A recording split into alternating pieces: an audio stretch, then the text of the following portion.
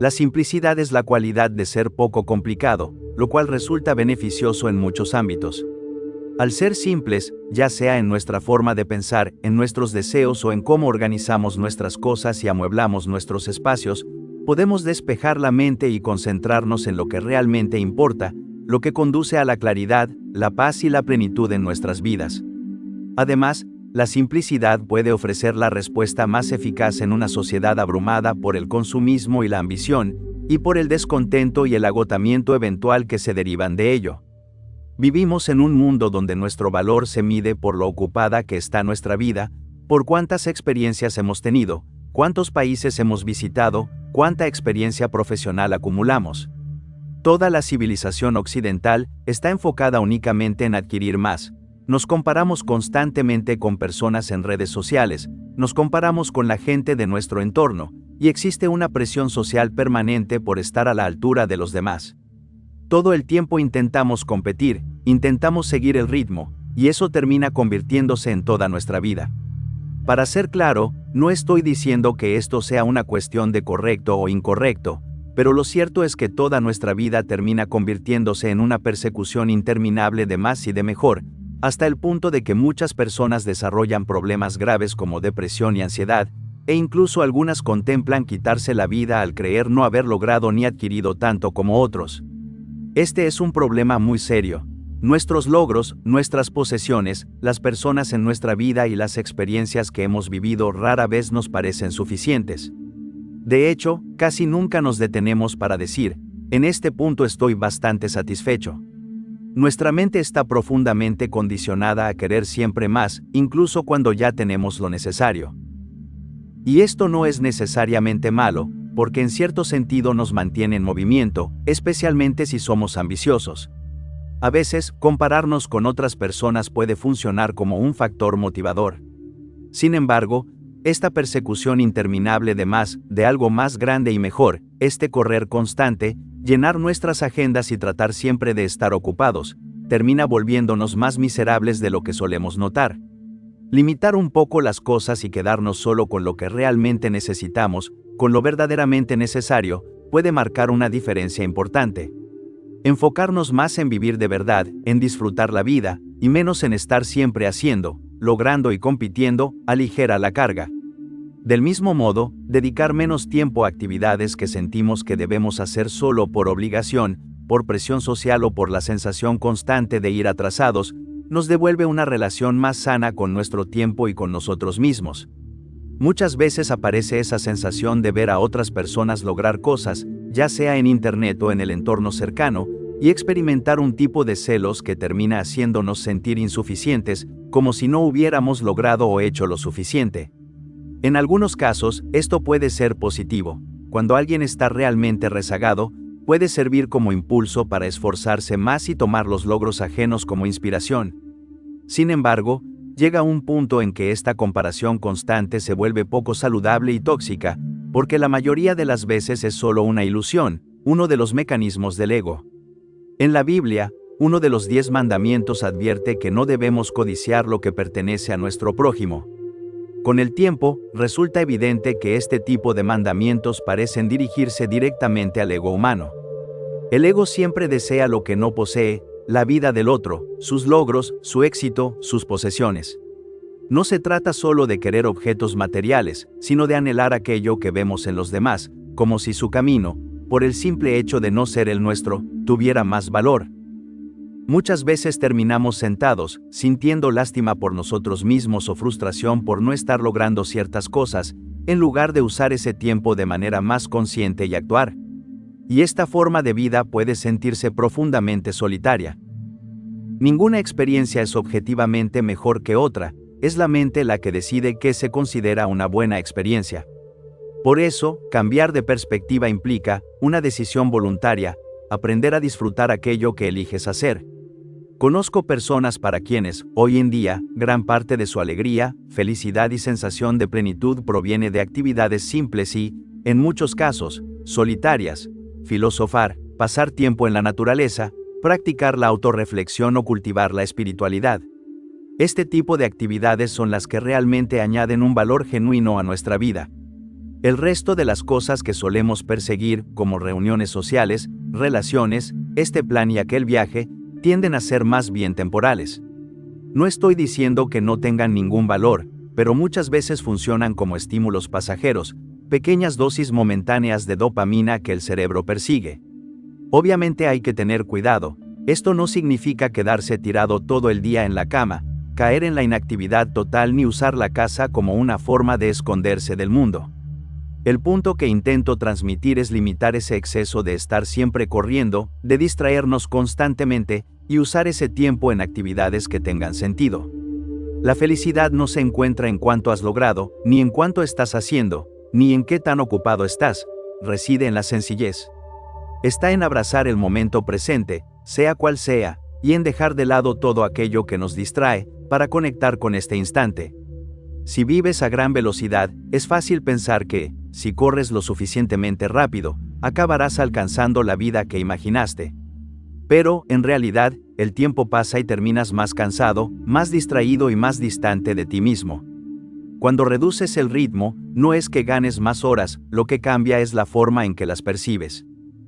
Diversos estudios en neurociencia sugieren que, cuando vivimos en piloto automático, el cerebro comprime la percepción del tiempo, haciendo que los días se sientan más cortos y menos memorables, y por eso los meses ocupados suelen mezclarse unos con otros. En cambio, cuando desaceleramos y nos involucramos plenamente en el presente, el cerebro registra más detalles y el tiempo se siente más amplio. Cuando te conviertes en alguien que no depende constantemente de estímulos externos para sentirse bien, cualquier cosa puede volverse suficiente. Pero cuando tu vida está llena de obligaciones y de actividades que ni siquiera deseas hacer, la atención se dispersa todo el tiempo. No queda espacio para sentarte y conectar de verdad con el momento. En esas condiciones, es difícil estar en paz, porque la mente siempre está siendo arrastrada hacia otra cosa.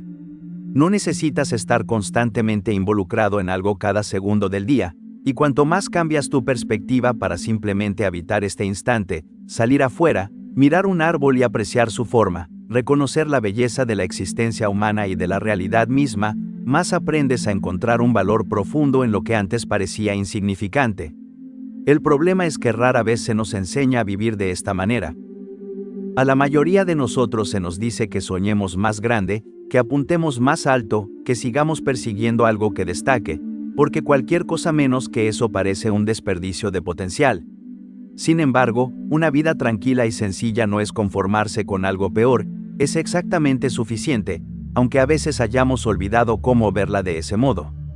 Todos tenemos una cantidad limitada de tiempo y energía. No podemos dominar todas las habilidades, seguir todos los sueños ni convertirnos en todo lo que admiramos. Somos individuos, y ser claros y honestos con nosotros mismos es el primer paso real para vivir bien. No se trata de renunciar a tu vida, sino de enfocarte en lo que realmente es posible para ti, en lugar de perseguir algo lejano a tu realidad, algo que quizá no te brindará una paz verdadera. En cualquier caso, no necesitas ser impresionante para llevar una vida feliz y plena. Esta mentalidad te libera de compararte constantemente con metas irreales o con versiones ideales de ti mismo, y ahí es donde comienza una vida sencilla, no haciendo más, sino haciendo menos, pero de forma más intencional. Esta misma idea aparece con claridad en Meditaciones para Mortales, de Oliver Berkman, periodista y autor británico que reflexiona sobre el tiempo, la productividad y el bienestar en la vida moderna.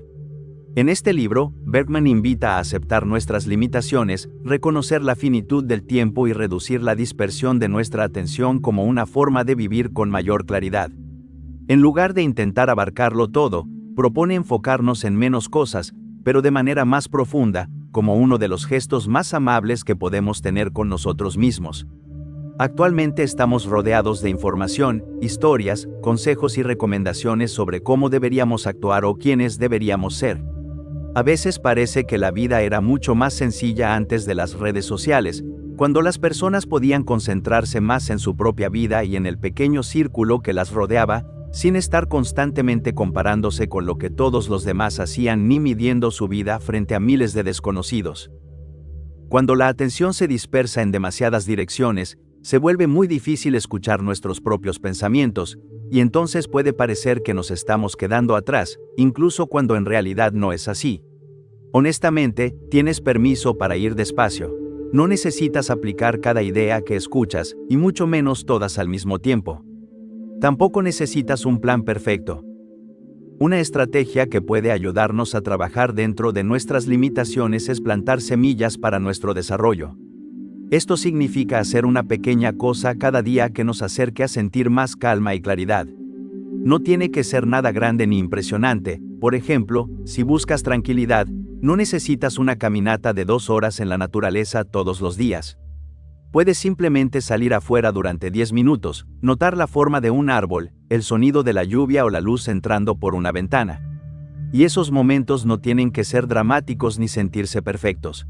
La vida real no siempre se siente como una escena de película, y no tiene por qué ser así. Deja que esos momentos ordinarios sean suficientes, tal como realmente son.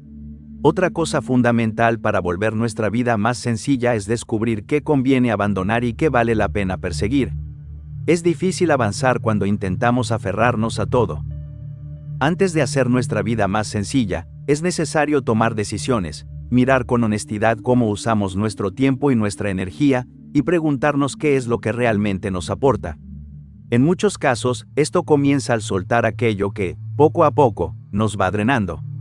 Reducir el tiempo en redes sociales, consumir menos cosas prescindibles, dejar de intentar absorber toda la información posible y aceptar que no podemos saberlo todo, abre espacio para aprender con más profundidad, enfocarnos en menos cosas y estar en paz con ello.